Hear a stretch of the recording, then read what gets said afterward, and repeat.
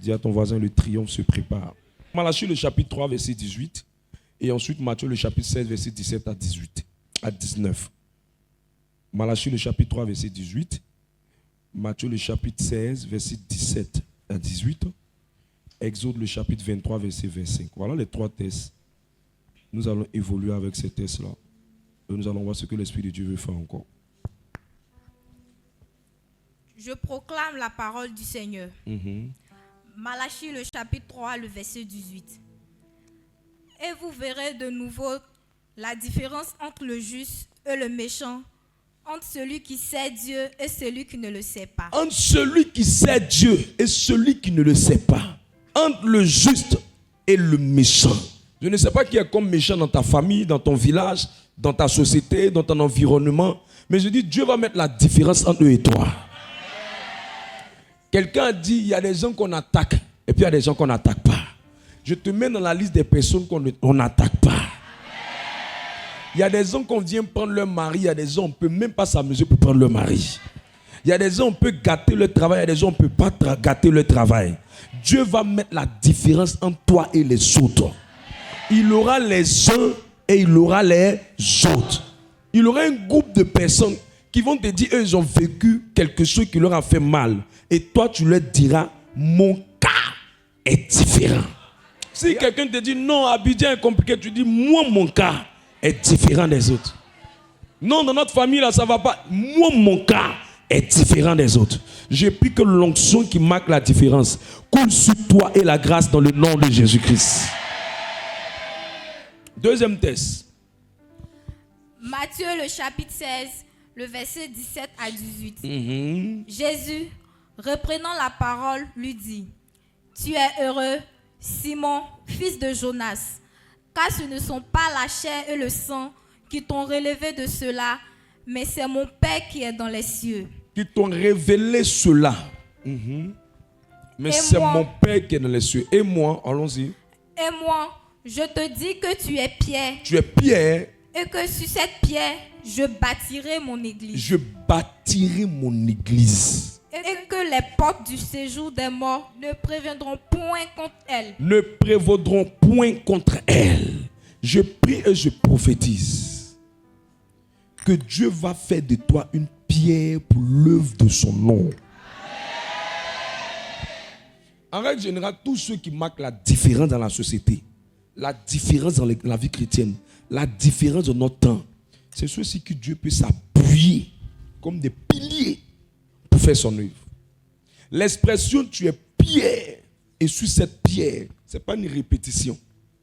Tu es pierre, c'est la personne. Sur cette pierre, c'est le pilier. Donc Dieu est en train de dire que la personne que je vais utiliser, je ferai d'elle un pilier.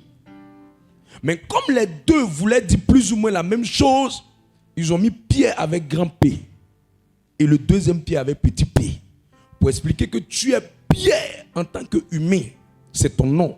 Mais sur toi, je vais m'appuyer pour bâtir mon œuvre.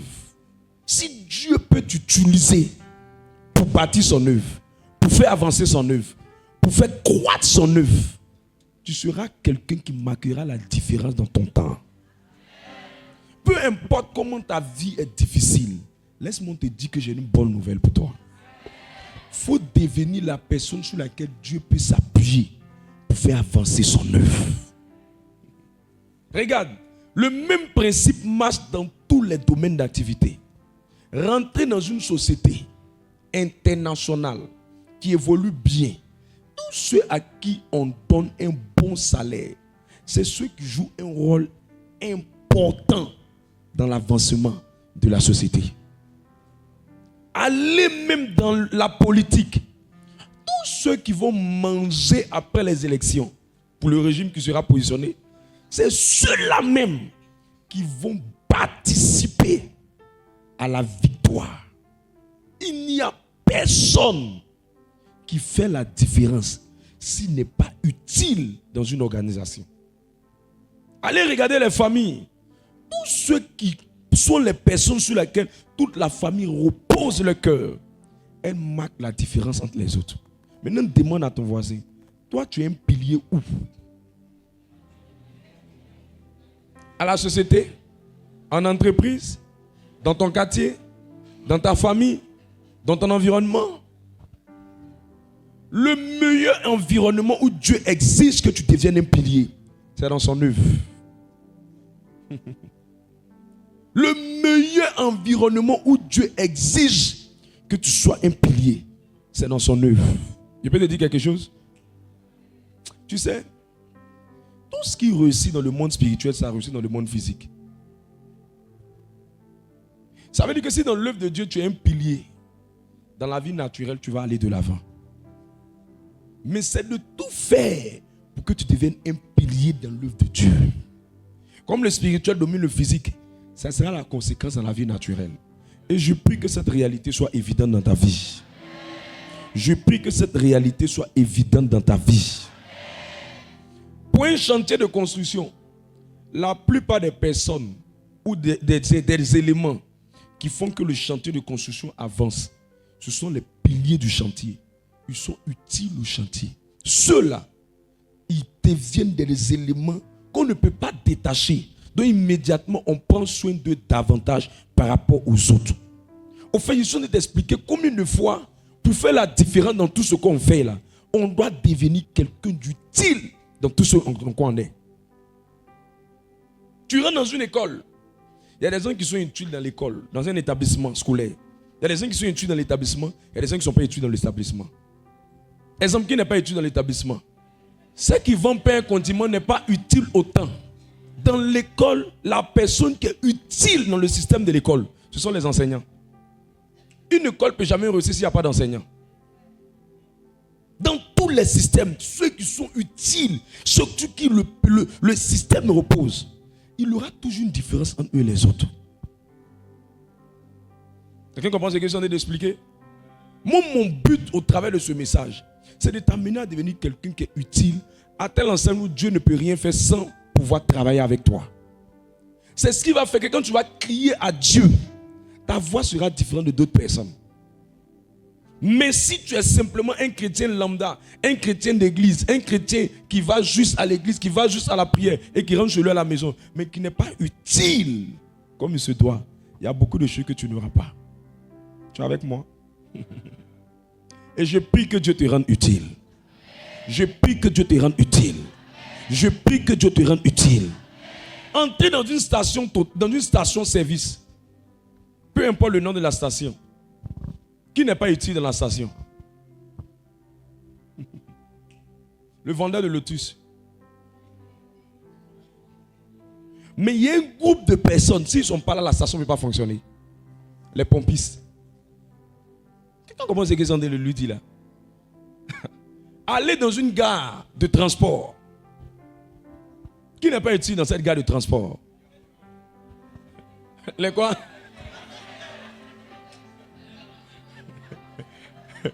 Les gens là vont me tuer. Qui n'est pas utile? Les nyambros. Mais qui est utile dans la gare? Les chauffeurs, les transporteurs, les conducteurs. Ils sont utiles. Sans eux là, la gare ne peut pas fonctionner. Chaque fois qu'on veut renvoyer les gens, on les renvoie par position d'utilité. Pourquoi je t'enseigne ça? Je vais te faire comprendre pourquoi tu as essayé toi-même ta propre méthode pour être entendu par Dieu. Mais depuis, il ne t'entend pas. Ce que je te montre maintenant là, c'est comment on fait pour qu'il puisse te voir comme une personne importante. C'est pour ça qu'il a dit à Pierre, tu es Pierre. Sur cette pierre, je vais bâtir mon église. Je vais bâtir mon œuvre.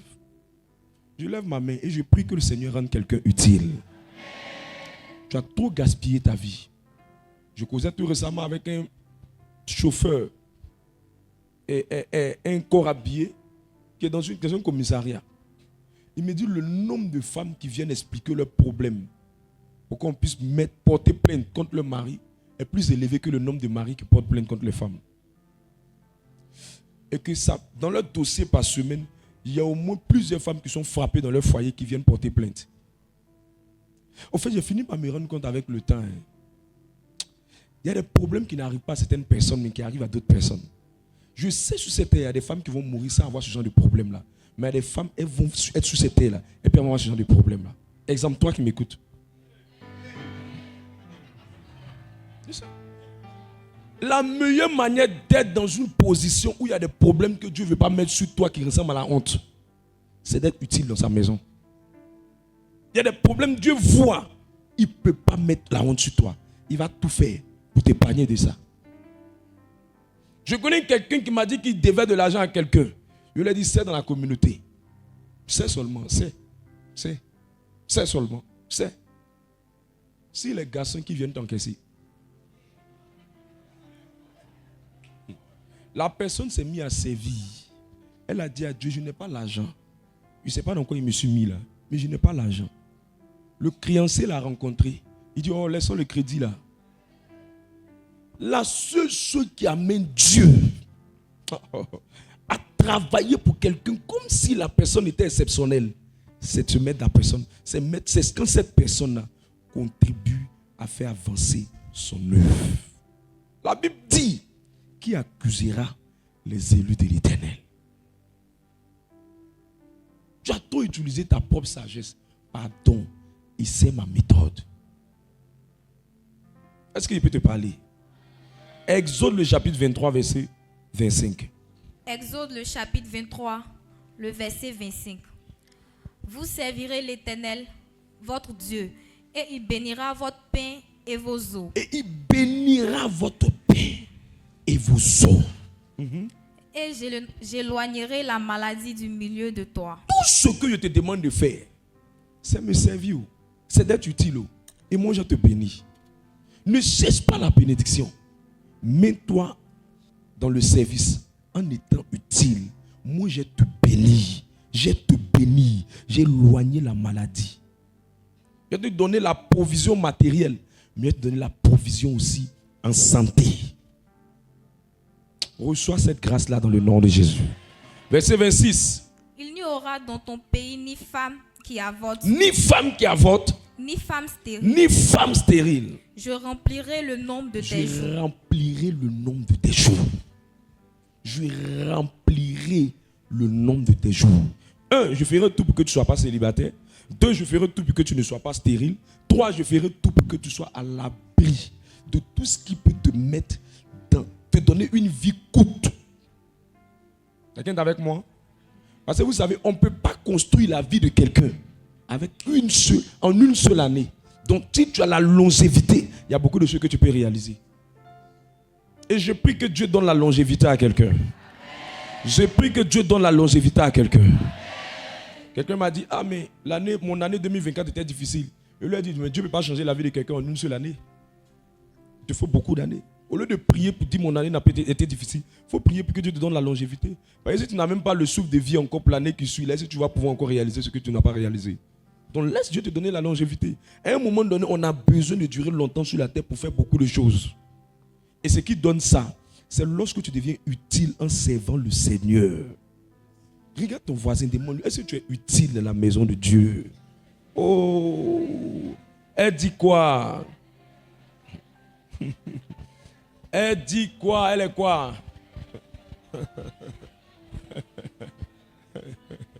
Et c'est ma méthode. Et c'est la sagesse que Dieu nous a montrée. Le plus grand cri du cœur de Dieu, c'est l'avancement de son œuvre. Dieu est plus attaché à son œuvre qu'à tout ce qui peut être autour de son œuvre. Dieu, son œuvre là, c'est sa chair. Parce qu'il est mort à la croix pour l'église. Dieu, son œuvre là, c'est sa vie. Parce qu'il a sacrifié son fils unique pour ça. Dieu, son œuvre là, c'est son tout. C'est pour ça que Saul attaquait les chrétiens. Lis Acte 8, verset 3. Acte 8, verset 3. Dieu parlait à quelqu'un. Acte le chapitre 8, le verset 3. Saul, de son côté, ravageait l'église. Pénétrant dans les maisons, il en arrachait hommes et femmes et les faisait jeter en prison. Continue un peu. Merci. Ceux qui avaient été dispersés allaient de lieu en lieu, de lieu en lieu, annonçant la bonne nouvelle de la parole. annonçant la bonne nouvelle de la parole. Donc Pierre et Saul persécutaient les chrétiens. Maintenant, quand vous lisez maintenant Actes le chapitre 9, verset 3, vous allez voir ce qu'il va dire à Pierre. Jusqu'au verset 4. Comme il était en chemin Comme il était en chemin, et qu'il approchait de Damas, tout à coup une lumière venant du ciel une lumière venant du ciel. resplendit autour de lui. Continue, verset 4. Il tomba par terre et il entendit une voix qui lui disait Saul, Saul, pourquoi me persécutes-tu? Pourquoi me persécutes-tu? Pourquoi me persécutes-tu? Alors qu'il est en train d'attaquer juste les chrétiens, mais Jésus dit, pourquoi tu me persécutes? Verset 5. Il attaque les chrétiens et Jésus dit, pourquoi tu me persécutes? Il répondit, qui es-tu? Qui es-tu? Seigneur. Seigneur. Et le Seigneur dit, Et le Seigneur dit, je suis Jésus, je suis Jésus que tu persécutes. Il te serait dû de régimber contre les aiguillons. Parole du Seigneur notre Dieu. Bon, grâce à Écoute-moi bien. Toute personne qui combat l'œuvre de Dieu, combat Jésus. Toute personne qui fait avancer l'œuvre de Dieu, fait avancer l'œuvre de Jésus. C'est pourquoi Jésus est attaché, engagé, et il trouve utile de s'investir dans la vie de quelqu'un qui se bat pour que son œuvre avance. La raison pour laquelle beaucoup de chrétiens souffrent, c'est parce qu'ils combattent sans se rendre compte l'avancement de l'œuvre de Dieu. La raison pour laquelle le ciel est fermé sur beaucoup de chrétiens, c'est parce que beaucoup de chrétiens n'investissent pas leur cœur à produire des choses qui vont participer à l'évolution de l'œuvre de Dieu. Satan travaille pour que son royaume avance, mais les chrétiens ne travaillent pas pour que l'œuvre de Dieu avance. Les sorciers travaillent pour remplir dans leur couvent des clients qui vont manger. Mais les chrétiens ne travaillent pas pour que l'œuvre de Dieu devienne large. Pourquoi? Parce que les chrétiens ne savent pas que l'œuvre de Dieu, là, c'est Jésus. Beaucoup disent Jésus, Jésus, je t'aime. Oh Jésus, je t'adore. Mais ne savent pas que ce qui fait Jésus, le cri du battement de cœur de Jésus, ce qui attire le cœur de Jésus, ce pourquoi Jésus est mort à la croix, c'est pour que son œuvre avance. Je peux sentir que je suis en train de te parler là, qu'il y a des parties, il y a des choses que ton cœur n'arrive pas à accepter. Mais je te dis, je n'ai pas besoin que ton cœur accepte. J'ai besoin que le message rentre dans ton cœur.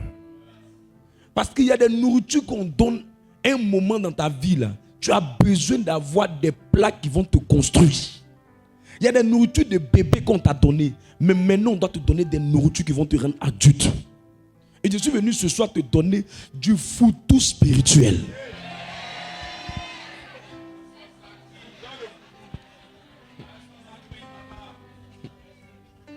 Je suis étonné même que ma dernière même elle mange le foutu. Elle dit, hey, c'est que maintenant on ne donne plus maintenant au bébé le foutu. Je prie et je prophétise que le Seigneur ouvre l'esprit de quelqu'un pour qu'il accepte cette vérité. Que le Seigneur ouvre l'esprit de quelqu'un pour qu'il accepte cette vérité. Homme de Dieu, comment l'œuvre de Dieu avance? L'œuvre de Dieu avance lorsque nous devenons nombreux. Nombreux. Nombreux. Qu'on devienne nombreux. Et le nombre est tellement important que je te dis 5 choses sur le nombre. Le nombre est tellement important. Tellement important. Tellement important. Qu'il y a un livre dans la Bible même qu'on appelle nombre. C'est pourquoi partout où Jésus se déplaçait, on comptait le nombre de personnes qui le suivaient. On comptait le nombre de ses disciples. Parce qu'un roi est glorifié quand il a beaucoup de personnes qui l'adorent. Vrai ou faux? Le nombre est très important. Nombre le chapitre 1, verset 1. Nombre le chapitre 1, le verset 1. L'Éternel parla à Moïse dans le désert de Sinaï, dans la tente d'assignation, le premier jour du second mois, la seconde année après leur sortie du pays d'Égypte. Et il dit quoi, verset 2? Il dit, faites le dénombrement de toute l'assemblée des enfants d'Israël, selon leur famille, selon les maisons de leur père, en comptant par tête les noms et tous les mâles. En comptant. Dis à ton voisin, Dieu aime qu'on compte.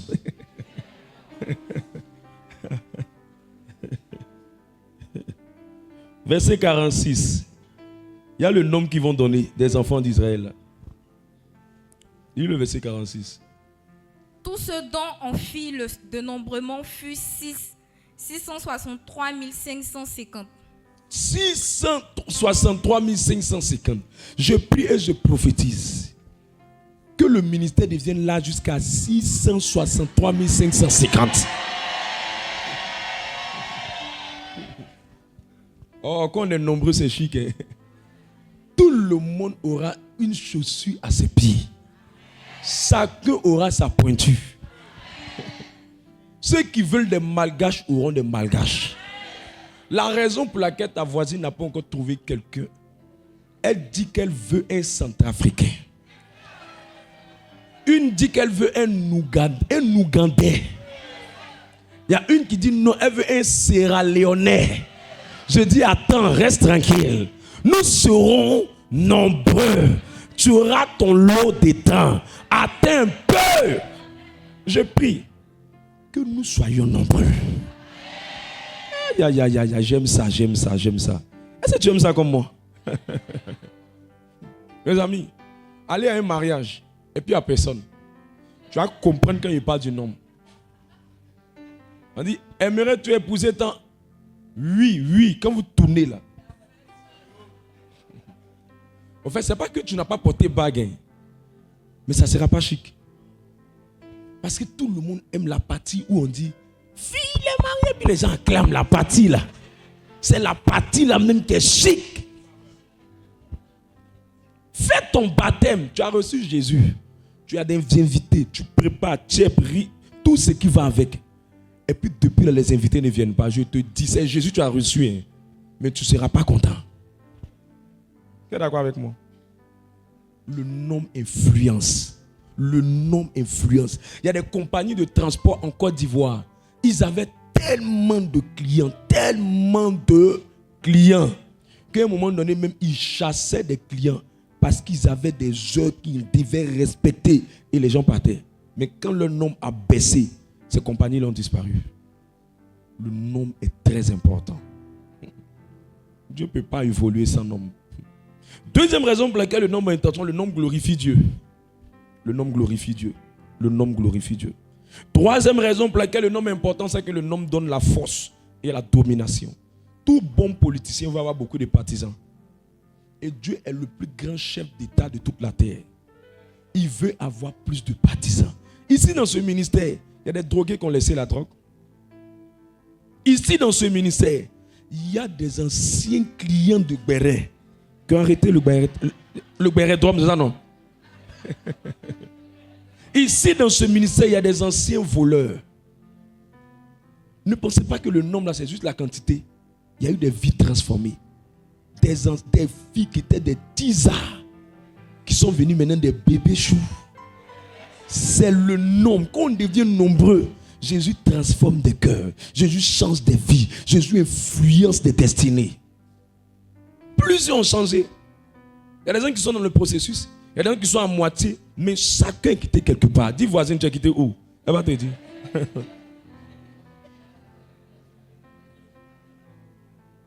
Peut-être que tu es assis à côté du plus grand Joe Black d'un quartier.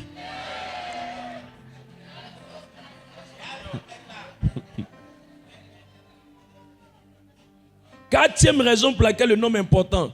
Le nom est le signe que ce qu'on fait est bon, est doux. C'est pour ça que Dieu veut qu'on soit nombreux.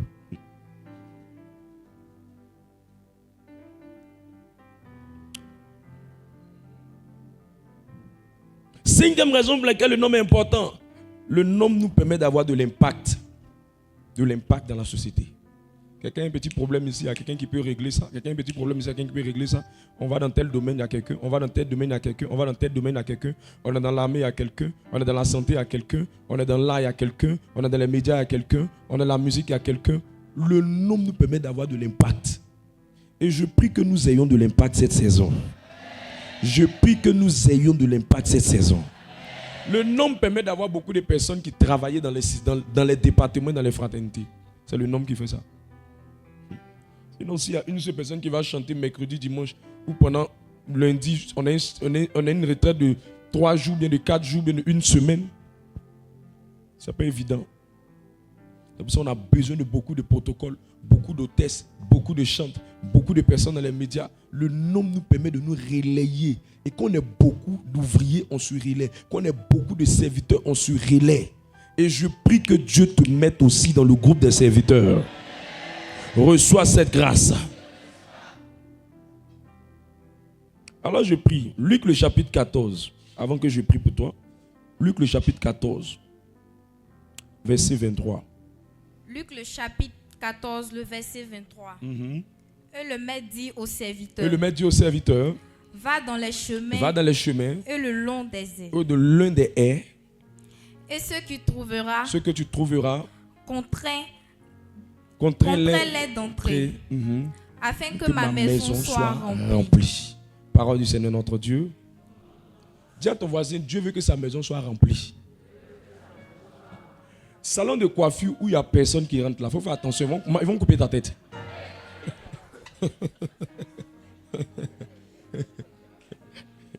Le nombre là, ça encourage même à aller là-bas. Tu arrives devant le salon de coiffure. Le gars il a attrapé sa machine. Mais depuis là, tu ne vois pas quelqu'un. Je dis, ils vont couper ta tête. Même si c'est salon de coiffure femme, tu vois la fille dans le salon. Elle lave sa main, elle lave sa main, elle lave sa main. Tu tires ton cou, tu regardes. Il n'y a personne. Je te dis la vérité. Cette fille-là, si elle a attrapé ta tête, elle va laver sa main. Quand le nom nous permet d'avoir envie de faire, d'être attiré, d'envie de faire. C'est ce que les gens ne comprennent pas. Chaque fois qu'un endroit est abondant, même quand un endroit est vide à côté et qu'il y a place, les gens ne veulent pas aller, ils veulent aller là où il y a plus de personnes. Je prie que dans tout ce que tu vas faire, Dieu amène plus de personnes. Quand je suis en train de parler du nom, je suis en train de parler du nom pour le ministère. Mais tu dois savoir que quand le ministère évolue, les grâces du ministère aussi augmentent. Le nom influence le niveau de grâce. D'accord, comment c'est question de dire là? Parce que plus on est nombreux, les problèmes qui viennent, ce n'est pas petit problème. Donc Dieu aussi doit donner aussi une grande onction. C'est pourquoi la grandeur de l'onction est souvent liée au nombre de personnes. Dieu sait que si tu donnes une petite onction, là où il y a beaucoup de monde, il y a beaucoup de problèmes. Il y a beaucoup de situations compliquées. Donc il donne encore une plus grande onction. Je prie que cette onction-là ne lâche pas quelqu'un cette saison. Donc quand Dieu dit que son œuvre avance, il est en train de voir le nombre est en train de grandir. Il est en train de voir les villes sont en train d'être gagnées. Il est en train de voir les familles sont en train d'être sauvées. Il est en train de voir plusieurs personnes qui vont l'adorer. Et Dieu veut que tout le monde participe à ça. Est-ce que je peux compter sur toi? Dieu veut que tout le monde soit un pilier. Donc on a dit que tu fais la différence dans la société. Ça veut dire que tu deviens un participant. Quand on a dit que tu fais la différence pour Dieu, ça veut dire que tu deviens quelqu'un qui se distingue des autres. Tu ajoutes un plus à l'œuvre de Dieu. Tu apportes une valeur ajoutée à l'œuvre de Dieu. Tu es quelqu'un que l'œuvre de Dieu reconnaît comme un élément utile, comme un soldat, comme un serviteur utile dans la maison de Dieu. Et que cette grâce-là soit sur ta vie dans le nom de Jésus. L'argent, on va partir pour laisser. Mariage, on va partir pour laisser. Travail, on va partir pour laisser. Mais ce qui va compter au ciel, c'est le nombre de personnes qu'on a gagnées pour l'œuvre de Dieu. Je suis arrivé à un niveau où je ne suis plus attaché à tout ce qui est comme matériel. Je vous dis la vérité. Mon cœur veut que quand je vais arriver au ciel, Dieu va me dire bien, bon et fidèle serviteur, rentre dans la joie de ton maître. C'est ma plus grande satisfaction. C'est ma plus grande satisfaction. À tel enseigne, demande à ma femme, même quand je parle avec elle, je parle même du jour où j'ai quitté la terre. Oui. Je ne suis plus effrayé du jour où j'ai quitté la terre. Je suis plus effrayé de ce que Dieu va me demander comme compte. Est-ce que j'aurais fait ça? Est-ce que j'aurais accompli ça? Est-ce que ce qu'il m'a demandé de faire, j'ai fait ça totalement? Je suis plus épris pour ça. Parce que c'est que tout ce qui est comme instrument, voiture, bien, maison, le Seigneur va nous en donner. Mais ce qui est plus essentiel, c'est son royaume, son œuvre, son église, les âmes. Et je veux que tu aies le même sentiment que moi. Je veux que ce fardeau-là soit à l'intérieur de toi. Je veux que tu pleures pour la même cause. Tu te bats pour la même cause. Et qu'on arrive ensemble à ce même but. Est-ce que je peux compter sur toi? Je prie que le Saint-Esprit t'utilise pour arriver à ça. Il y a 3 choses, mais je te donne 2 choses aujourd'hui qui vont te rendre utile pour l'avancement de l'œuvre de Dieu.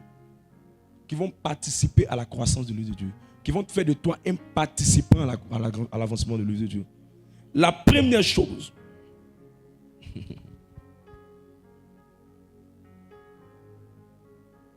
comment devenir un participant à l'avancement de l'œuvre de Dieu?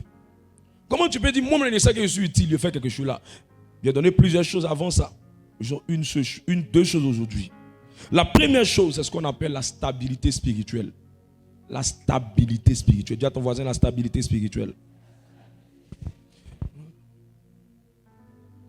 Je suis arrivé à un niveau dans ma vie où je me suis rendu compte que les gens qui souffrent, je peux vous dire la vérité, les gens qui souffrent, c'est parce qu'au fait, ils sont restés longtemps sans intelligence.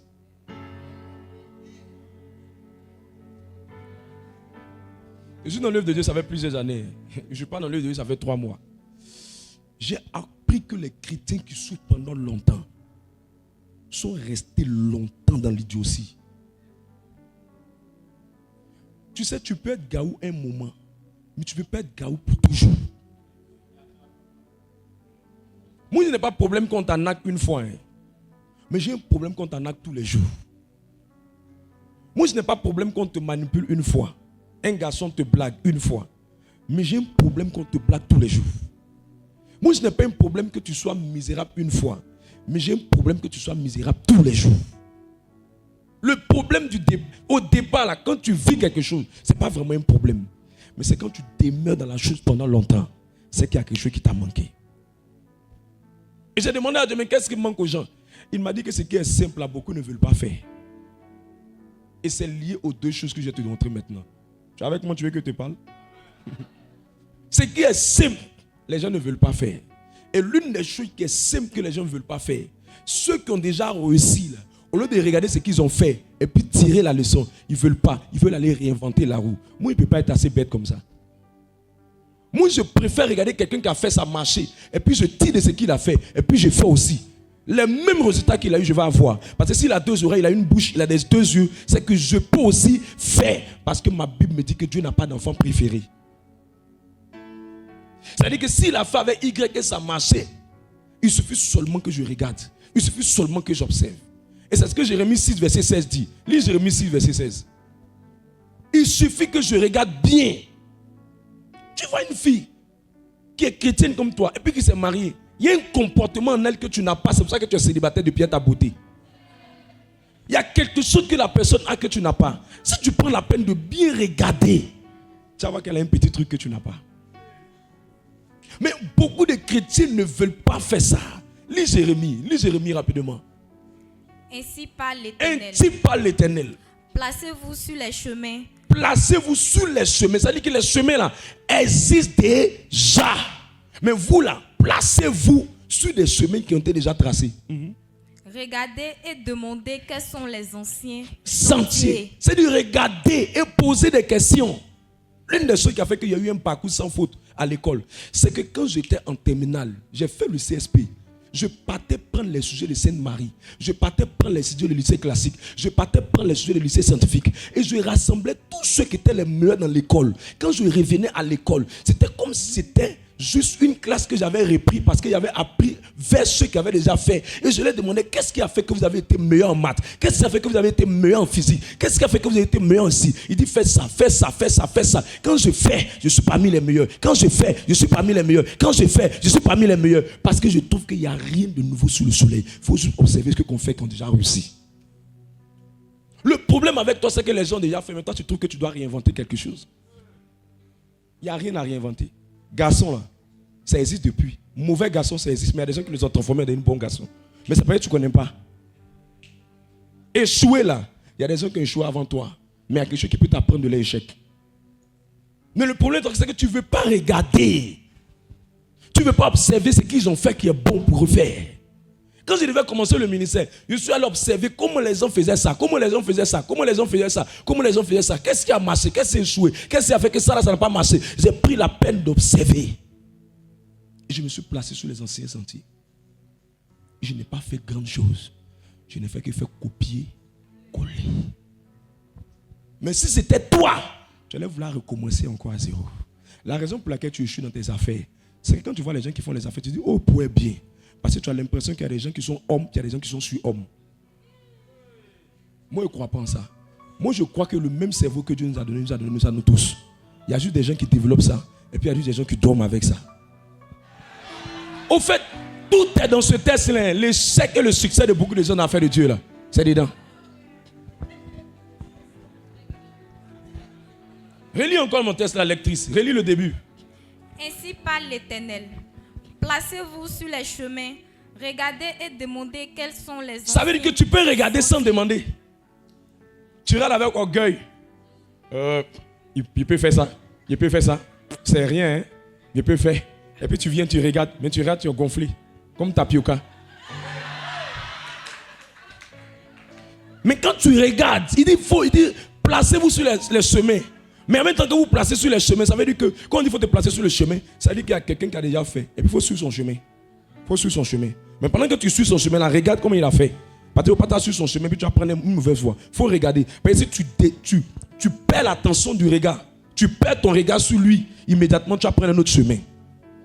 Donc place-toi, mais regarde. Et puis quand tu regardes là, il faut demander maintenant. Ça là, tu fais comment? Parce qu'en regardant les choses que tu vas comprendre, mais en regardant les choses que tu ne vas pas comprendre. C'est pour ça Ecclésiaste 10, verset 15 dit, il dit le travail de l'insensé le fatigue. Ça veut dire que quelqu'un peut beaucoup travailler, mais comme il n'est pas assez intelligent dans son travail là, il se fatigue. Ça veut dire coup dans le sac. Est-ce que quelqu'un commence à dire là? Il travaille, il est courageux. Mais comme il est insensé, ça le fatigue. Ça le fatigue. Parce qu'il ne sait pas aller à la ville. Observez. Observez. Observez. Observez ceux qui ont réussi dans le domaine du travail, dans le domaine des affaires, dans le domaine du ministère, dans le domaine du foyer, dans le domaine du mariage. Ceux qui ont réussi, observez-les. Observez-les. Ma grand-mère est morte à 103 ans. Je lui ai posé la question, mais qu'est-ce qui a fait que tu as duré longtemps? Elle m'a dit, mon fils. Je vais te donner le conseil qu'elle m'a donné. Je te donne un seul. Le reste, c'est mon secret. Elle m'a dit, mon fils, aie peu d'amis, tu vas durer sur la terre. Aie peu d'amis, tu vas durer sur la terre. Je ne vais pas venir réinventer et puis mettre beaucoup de gens dans ma vie. C'est que je suis insensé.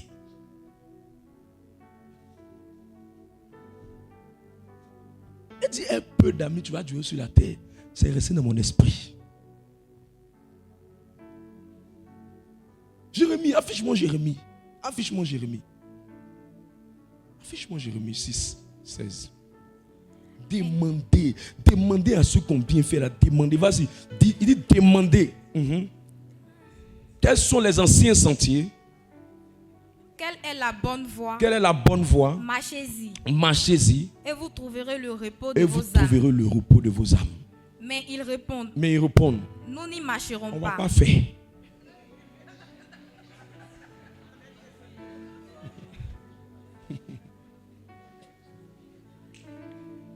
Et moi, j'ai vu quelque chose dans l'œuvre de Dieu que je veux te montrer. Tous ceux qui ont fait l'œuvre de Dieu et qui sont allés loin et qui ont été en paix et qui ont une vie qui les a menés loin, c'est les gens qui ont appliqué ces deux secrets-là. Je vais te parler de ça. Le premier secret qu'ils ont appliqué, qui sont allés loin et qui ont eu le repos, ils ont développé ce qu'on appelle la stabilité spirituelle. La capacité à rester assis dans la présence de Dieu régulièrement. Allez demander à Anne comment elle a fait pour avoir son enfant. Anne allait chaque jour, chaque année à Silo pour aller adorer Dieu. C'est dans la présence de Dieu qu'elle a eu son enfant appelé Samuel.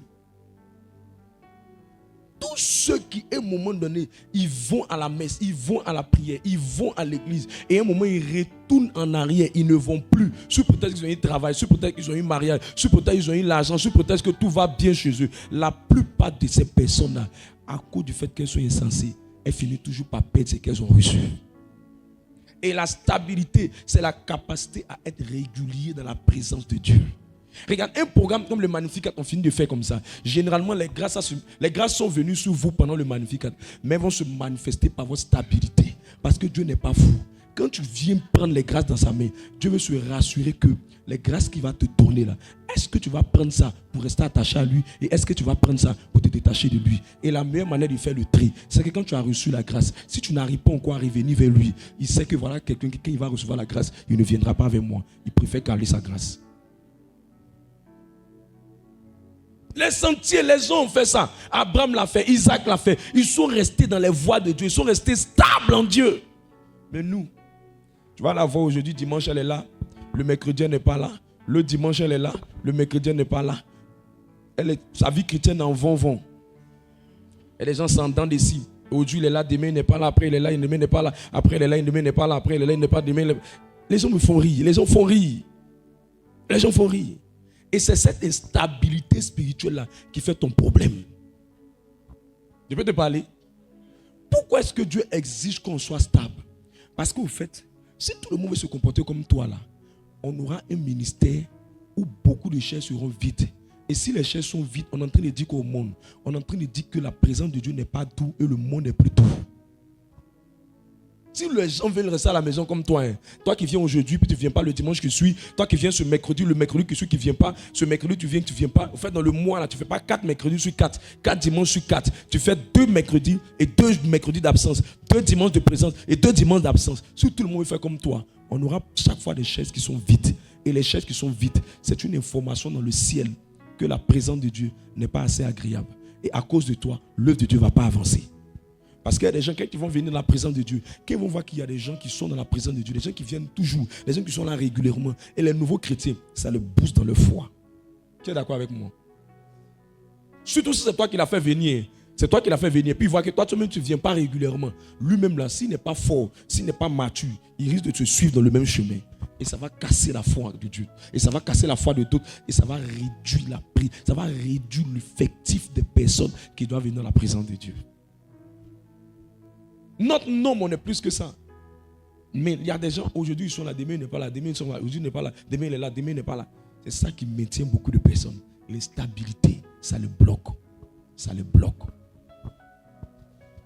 La deuxième raison pour laquelle l'instabilité est dangereuse, c'est que les gens ne savent pas qu'en venant régulièrement dans la présence de Dieu, Dieu va finir par changer tes amitiés. Il va commencer à te donner beaucoup d'amis en Christ et peu d'amis dans le monde. Parce que le lieu où tu passes le plus de temps, tu finis toujours par t'attacher aux personnes qui sont dans ce lieu. Avec qui tu fais des affairages. C'est avec les gens du quartier. Voilà pourquoi les gens de ton quartier connaissent ta vie. Voilà pourquoi les gens autour de toi connaissent ta vie. Et il y a peu de personnes qui te voient comme un exemple. Pourquoi? Parce que tu n'as pas de bonnes amitiés. Moi, je n'ai jamais vu un Dieu qui change ton cœur sans changer tes relations. Je n'ai jamais vu ça. Tu ne peux pas dire que tu es en Christ et tes relations ne sont pas en Christ. Tu n'es pas encore vraiment converti. Le signe visible que Dieu a transformé ton cœur, c'est que Dieu transforme ton entourage. Dis-moi avec qui tu marches, je te dirai qui tu es. C'est pourquoi à un moment donné, Dieu veut que les gens soient stables pour se faire des connexions, pour se faire des relations, pour se faire des amis de destinée, des amis en Christ, des gens avec qui partager la foi ensemble. Je peux vous dire quelque chose? Regarde, même si tu aimais parler beaucoup de femmes, afin de côtoyer ses frères en Christ, tu auras peur de parler de femmes avec eux à cause du fait que ils te voient comme un chrétien ou comme un exemple. Et du coup, ça va commencer à changer ta manière de parler des bêtises et ça t'amène à parler des bonnes choses. Tu es d'accord avec moi? Voilà pourquoi les personnes ne comprennent pas que le fait, quand je me donnais ma vie au Seigneur, j'étais engrais. Pétro, il va en bas.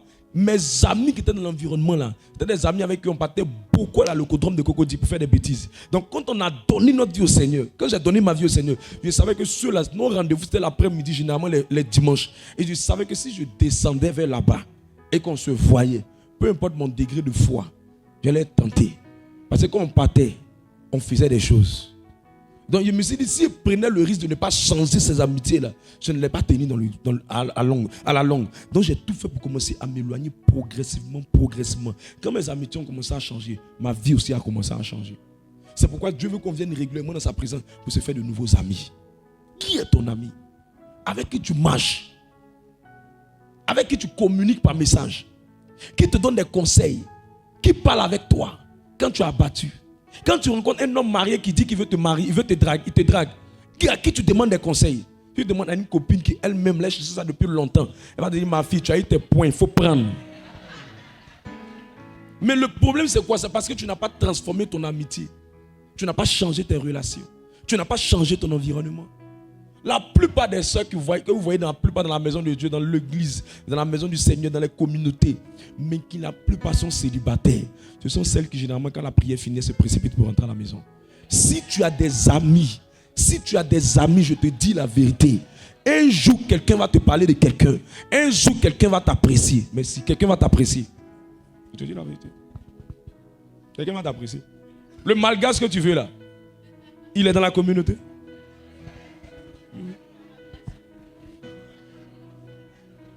Je prie pour quelqu'un, que le Seigneur te donne de rester stable. Que le Seigneur te donne de rester stable. Que le Seigneur te donne la capacité de venir régulièrement dans sa présence. J'ai mal quand je vois un chrétien qui dit au Seigneur, Seigneur, donne-moi tout l'or, donne-moi telle bénédiction, donne-moi telle chose. J'ai vu avec le temps que la plupart de ces chrétiens-là, ils n'arrivent pas à venir régulièrement. Ils n'arrivent pas. On ne sait pas donner au Seigneur dans 2 jours. Et ils ne veulent pas appliquer les anciens sentiers. Ils veulent appliquer de nouvelles méthodes. Ça ne marche pas. L'œuvre de Dieu, ce n'est pas aller de programme de prière en programme de prière. L'œuvre de Dieu, c'est t'asseoir et puis grandir avec Christ. Quand tu es instable, tu n'arrives pas à avoir la connaissance de la parole. En d'autres mots, la maturité spirituelle. Et aucun quelqu'un est stable, à force d'écouter les enseignements, à force de manger les enseignements, à force de grandir dans les enseignements, lui-même là, ça donne un sens à sa vie, ça donne une orientation à sa vie, ça lui donne la claire vision des choses qu'il doit faire et des choses qu'il ne doit pas faire. Moi, quelqu'un qui n'est pas régulier dans la présence du Seigneur, je peux vous choquer. Je peux te dire la vérité. Quelqu'un qui n'est pas régulier, je ne le prends pas au sérieux. C'est pour ça que quand je prêche ça, tu vois mes yeux, les yeux cessent. Viens me voir dans mon bureau, dis-moi, papa, homme de Dieu, modérateur, viens pour prier pour tel problème. Quand je viens, je vois une fois, je fais un balayage, 1er degré, 2e degré, 360 degrés, je balaye, je ne te vois pas. Je dis, Seigneur, enlève ce sujet-là dans mon cœur. Dieu te bénit pour que tu puisses être assis dans sa présence. Si Dieu voulait bénir des gens qui allaient recevoir la bénédiction pour aller ouvrir des maquis, tu penses que l'œuvre de Dieu allait être avancée? Si Dieu voulait bénir des gens qui allaient recevoir des bénédictions pour aller détruire la vie de d'autres personnes, tu penses que l'œuvre de Dieu allait avancer? Jamais. Le vrai christianisme, c'est de bâtir pour que tu puisses suivre Christ. Si on ne t'amène pas à suivre Christ en t'asseyant dans sa maison, dans son œuvre, dans l'église, si on ne t'apprend pas ça, on t'a blagué. Je te dis la vérité. Et je lève ma main. Que quelqu'un devienne quelqu'un de stable. Que tu dises, moi là, chaque mois, je dois faire 4 mercredis sur 4 mercredis. 4 dimanches sur 4 dimanches. Moi, peu importe la raison que tu me donnes, ça ne m'intéresse pas. On a mis 2 sessions. Tu dois trouver un moyen d'être présent.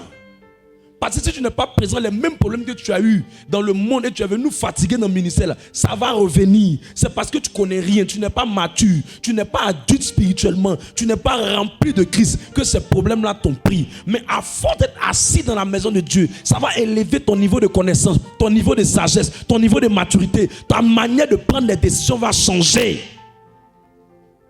Ça va changer. Quelqu'un est venu me dire, voilà telle personne qui veut marcher avec moi. Voilà telle personne qui veut marcher avec moi. Et que non, il veut commencer à partir voir directement ma famille, mes parents, m'enchaînent, tout. Je lui ai dit, tes parents, là, ils ne sont pas calibasés. Tes parents sont à Calebas. Vous connaissez avec combien de temps il va aller aller voir tes parents. Après, c'est vous-même qui faites, puis vos parents commencent à ne plus prendre vos relations au sérieux. Ne va pas présenter quelqu'un comme ça à tes parents. Attends un peu de temps. Mon conseil était utile. Parce qu'un coup de route, le pont s'est cassé. Tu comprends ce que je veux dire? Quand tu n'es pas enseigné, tu manques de sagesse. Tu penses que tout est rose. Et que ce que tu vois à la télévision, les fleurs qu'on se met à genoux pour donner devant la cathédrale. C'est dans tous les cas que ça marche. Tous les jours n'est pas lundi. Hein? On doit t'enseigner. C'est pourquoi le bon homme de Dieu, ce n'est pas celui seulement qui prie pour les gens. C'est celui qui apprend les gens aussi à eux-mêmes gérer leurs propres problèmes. Tu comprends? C'est pour ça qu'aussi on doit t'enseigner. Sur le moment, j'aime qu'on prie pour les gens. Mais il y a des moments où on doit t'enseigner. Pourquoi on t'enseigne? Il faut venir. Si on ne peut pas t'enseigner, comment est-ce qu'on va t'orienter? Ce n'est pas tous les problèmes qu'on aura la révélation sur les problèmes. Il y a des fois où on veut qu'on t'enseigne et puis toi-même tu traites tes problèmes. Tu comprends? Il parle à l'esprit de quelqu'un. Et puis quand tu viens régulièrement dans la maison du Seigneur, c'est bizarre. Mais on va commencer à détecter tes dons et tes talents. On va nous permettre de connaître toi-même les dons que tu as, de connaître les talents que tu as. Parce qu'en servant dans la maison de Dieu, ça te donne de voir les dons que tu as, les potentiels que tu as. Ça te permet de voir ça. Un responsable qui ne peut pas être régulé dans la présence de Dieu, c'est un danger pour un ministère. Faites attention aux absences. Les responsables, faites attention aux gens qui sont absents. Ce sont des futurs Judas. Il faut être présent. Être présent là, c'est le signe que c'est le Saint-Esprit qui te conduit. Être absent, c'est le signe que c'est le diable qui te conduit. Parce que le Saint-Esprit là, il va te conduire dans la maison de Dieu, dans l'église, dans la présence de Dieu. Mais le diable va te rendre absent des rendez-vous de Dieu. Quand vous lisez 2 Samuel, le chapitre 11, c'est parce que David n'est pas allé en guerre qu'il a eu le temps de regarder femme. À force d'être occupé pour venir dans la présence de Dieu, il y a des problèmes foutaises qui ne vont jamais venir dans ta vie. Si ce temps-là, tu prenais ça pour investir ça en Dieu, tu n'allais pas aller donner ton argent à un malhonnête qui va prendre ton argent pour aller se foutre de toi. Si tu as pris ce temps-là, venir t'investir en Dieu, tu aurais la claire vision des choses que tu dois faire et de celles que tu ne dois pas faire. Et ça vient en étant assis dans la maison du Seigneur. J'ai été grugé, ils m'ont détourné, mes affaires ont commencé, ça n'a pas marché. Je te dis la vérité, ce n'est pas parce que Dieu ne veut pas te faire prospérer, c'est parce que Dieu sait que l'élévation de tes finances qui va venir là, va te déconnecter de lui et n'est pas encore sûr de la racine de ton cœur avec lui. Je te dis la vérité. Je peux te dire quelque chose que Dieu m'a dit. Chaque somme qui rentre dans ta main, c'est un test de Dieu pour voir si tu peux, il peut te rendre encore plus prospère. Je reprends. Chaque somme qui rentre dans tes mains, c'est un test de Dieu pour voir s'il peut te rendre encore plus prospère que la somme que tu as reçue. Donc si c'est 500 000 qui a changé ton comportement, je te dis que tu vas mourir avec 500 000. Si c'est 300 000 qui a fait que tu n'arrives plus à prier, je te dis que tu vas rester au niveau de 300 000. C'est pour ça, peu importe ce qui se passe, je dis toujours à ma femme, ne laissons jamais un montant qu'on a reçu, un don qu'on a reçu, changer notre relation avec Dieu, montrant à Dieu que ça c'est de la boue et que c'est lui qui est l'essentiel. Quand c'est comme ça, ça lui donne le courage de nous donner. Mais quand il voit que depuis hier, tu as eu un travail, tu as eu une promotion, tu as eu une augmentation, tu as eu une ouverture, depuis ce jour, tu n'as plus la force de venir. Il te dit, bonne arrivée. Tu entends lui montrer que ce qu'il t'a donné est plus important que lui-même. Or, il veut que lui-même soit plus important que ce qu'il te donne. Le donateur avant le don. Tu comprends ce que j'explique? Je prie pour quelqu'un. Que le Seigneur le rende stable. Que le Seigneur le rende stable. Que le Seigneur l'aide à venir régulièrement dans sa présence. Que le Seigneur ouvre ton intelligence et que tu ne manques pas les rendez-vous de prière. Et que tu sois là tous les mercredis et les dimanches. Je veux entendre quelqu'un me dire un amen puissant et fort.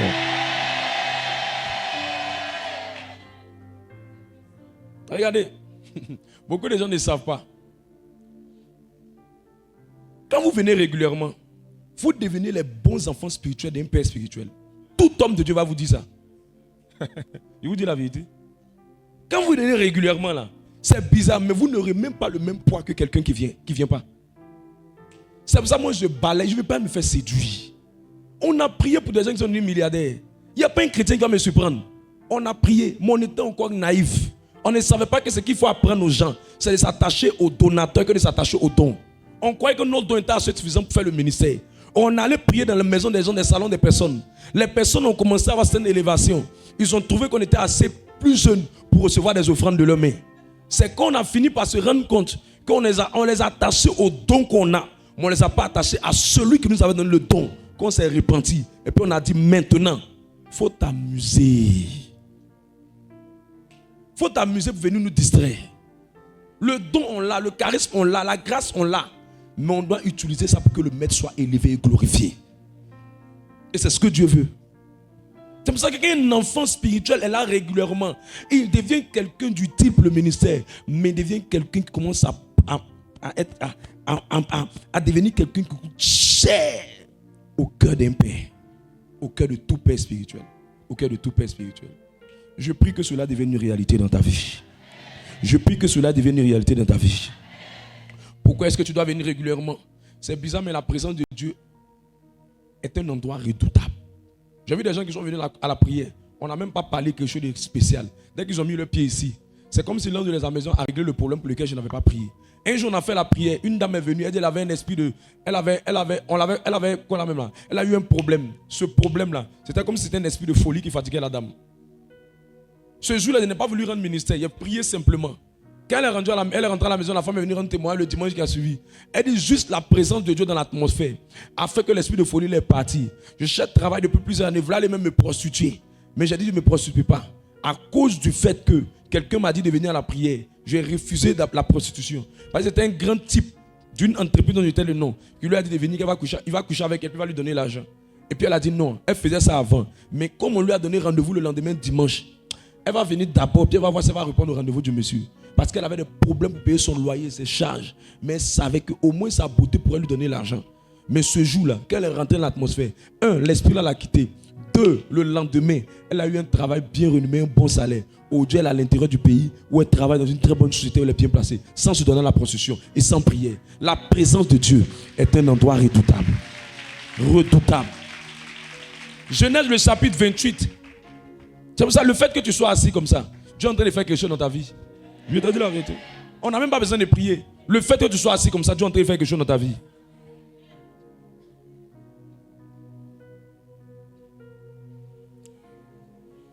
Isaac appela Jacob, le bénit. Genèse 28, verset 11. La présence de Dieu, la maison de Dieu est un lieu redoutable. Il y a des choses qui se produisent pendant qu'on est en train de parler là.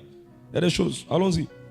Il arriva dans un lieu où il passa la nuit. Quand le soleil était couché, il y prit une pierre dont il fit son chevet. Et il se coucha dans ce lieu-là. Il se coucha dans ce lieu-là, verset 12.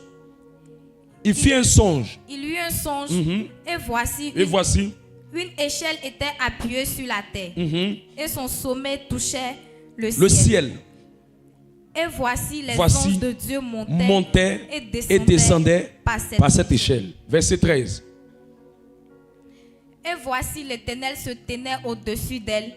Et il dit, je suis l'Éternel, le Dieu d'Abraham, ton père, et le Dieu d'Isaac.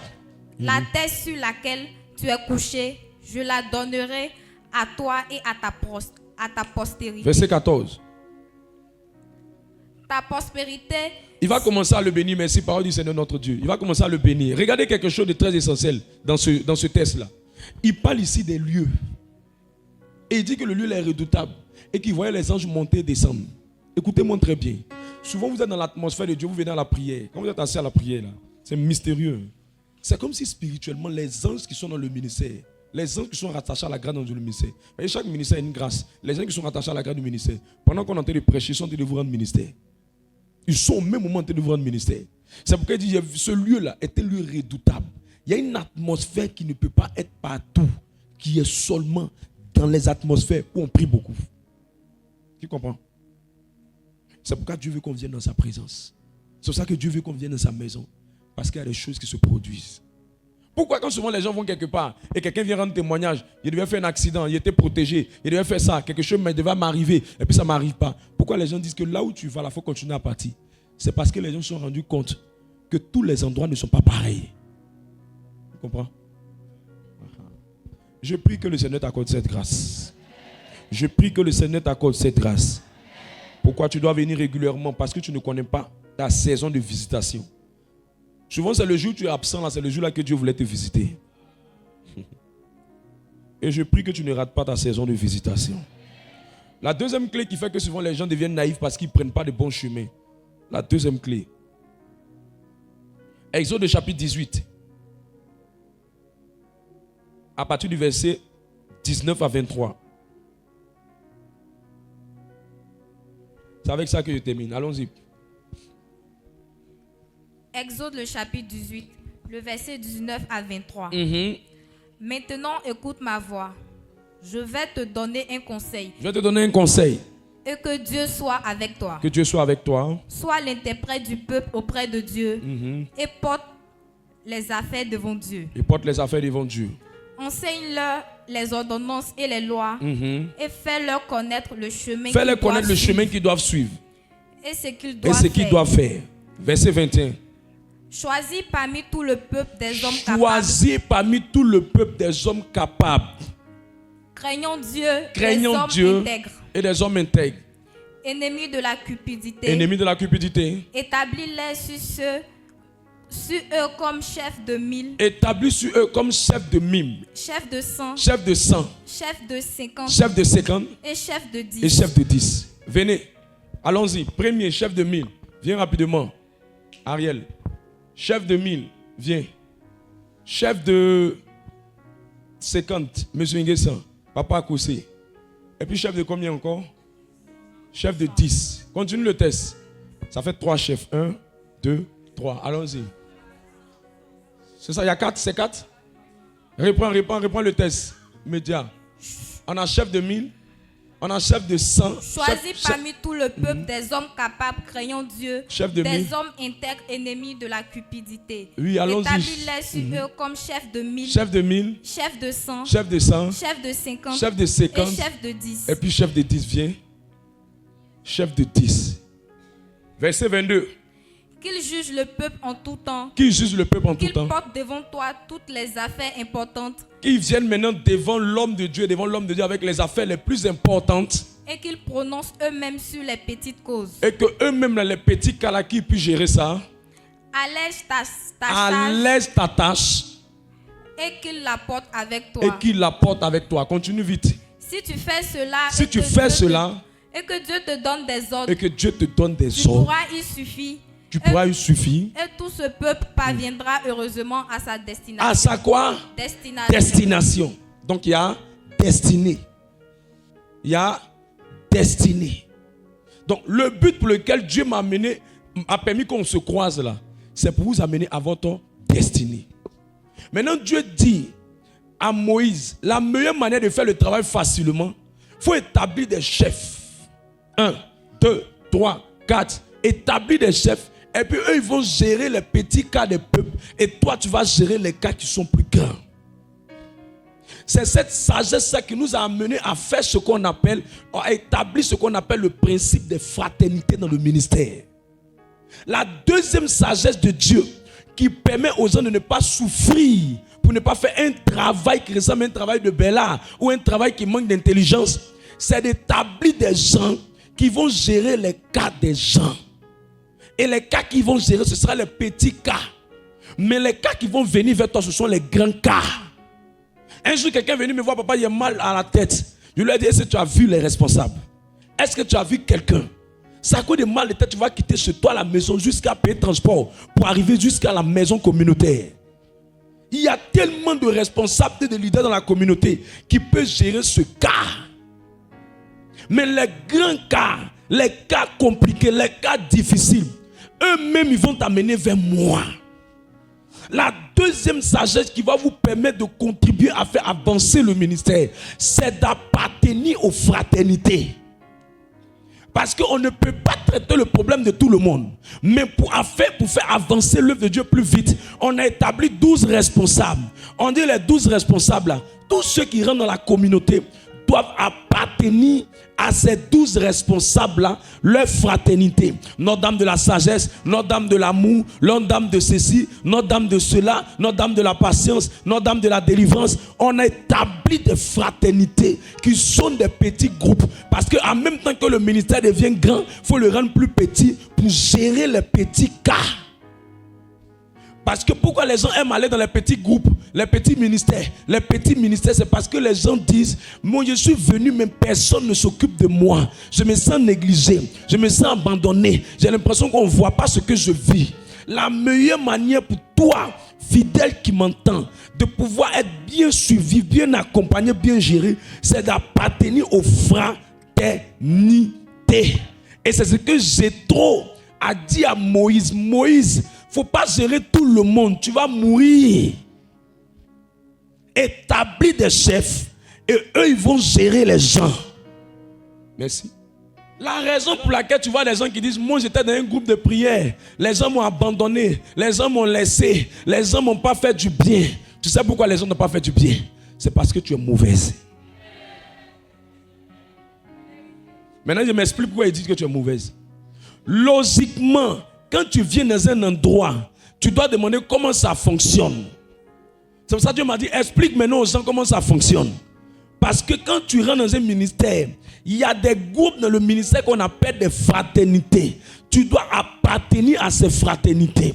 Pour que en cas de décès, en cas de joie, mariage, anniversaire, événement joyeux, événement triste, les responsables qui sont dans ces différentes fraternités-là, ce sont ces responsables-là qui vont prendre tes problèmes, ils vont s'organiser à l'intérieur pour aller te rendre visite, pour aller prier pour toi, pour aller te soutenir. Dans tes moments de joie, ils seront là. Dans tes moments de tristesse, ils seront là.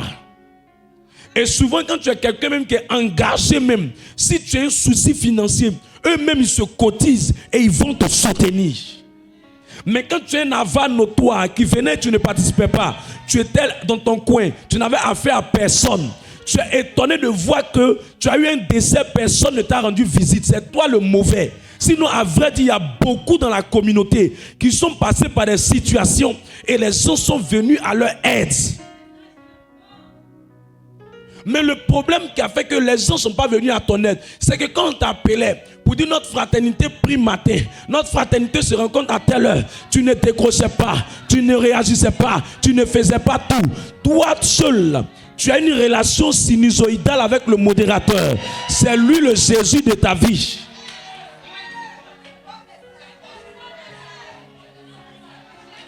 Et c'est comme ça que les fidèles ont créé de faux serviteurs de Dieu. Et l'église a commencé à dire que les modérateurs, les pauvres modérateurs qu'on est, on est des gourous. Parce qu'on veut faire tout. On montre au peuple de Dieu que c'est nous les dieux. Parce que les fidèles eux-mêmes ne comprennent pas qu'ils doivent alléger la tâche de l'homme de Dieu en venant avec les problèmes les plus sérieux. Mais les gens qu'on a établis, qui sont des chefs de 12, des chefs de 30, des chefs de 100, des chefs de 6, ces chefs-là, ils sont là maintenant pour rendre compte aux modérateurs des difficultés. Parce que le ministère, notre niveau de croissance, on est à 3000 fidèles. Maintenant, je te pose la question. 3000 fidèles là, un jeune homme de rien du tout là, il peut gérer 3000 fidèles. 3000 fidèles là, il ne peut pas. Maintenant, on dit pour faciliter le travail. C'est quand ton cas est difficile, quand ton cas est compliqué, il ne va pas venir gérer funérailles. Comme il va être dans tous les funérailles, comme il va être dans toutes ces choses, il ne peut pas. Quand tu as un ministère de plus de 1000 personnes, tu ne peux plus gérer tous ces cas. C'est quand vous êtes 3, vous êtes 10, vous êtes 20. Tu peux aller au mariage de Sonia, tu peux aller au mariage de Emma, tu peux aller au mariage de Blanchot, tu peux aller au mariage de Franco. Mais quand vous devenez beaucoup, ce sont maintenant les leaders, les responsables qui sont à la tête, qui vont s'organiser. C'est un mariage, on va aller lui rendre visite, on va aller prier avec elle, on va la soutenir, on va l'aider, on va l'assister. Mais on remonte l'information maintenant au modérateur qui lui dans ses prières personnelles, pendant qu'il est en train de rabaga, rototo, riprapaba, il va prendre le sujet, il va traiter ça dans la prière, sans dire son nom, mais les responsables ont remonté l'information.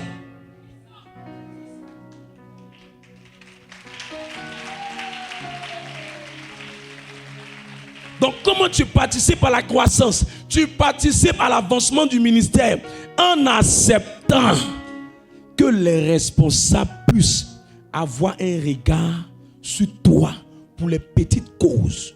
Et tu reviens vers le modérateur par le canal sur les grandes causes. Voilà ce qu'il a conseillé.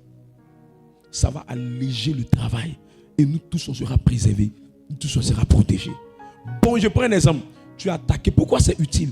Tu as attaqué. Tu as combattu. La première équipe qui peut déjà prier pour toi, avant que tu aies rendez-vous même avec le modérateur, souvent la liste d'attente est pleine. Souvent, il y a beaucoup de personnes qui veulent le voir. La meilleure manière de faire, c'est que déjà au niveau de ta fraternité, il y a déjà une équipe qui va commencer à te porter dans la prière. L'équipe qui te porte dans la prière, là, ils ont reçu l'onction. La même onction qui est sur le modérateur là, est descendue sur eux pour pouvoir faire le travail.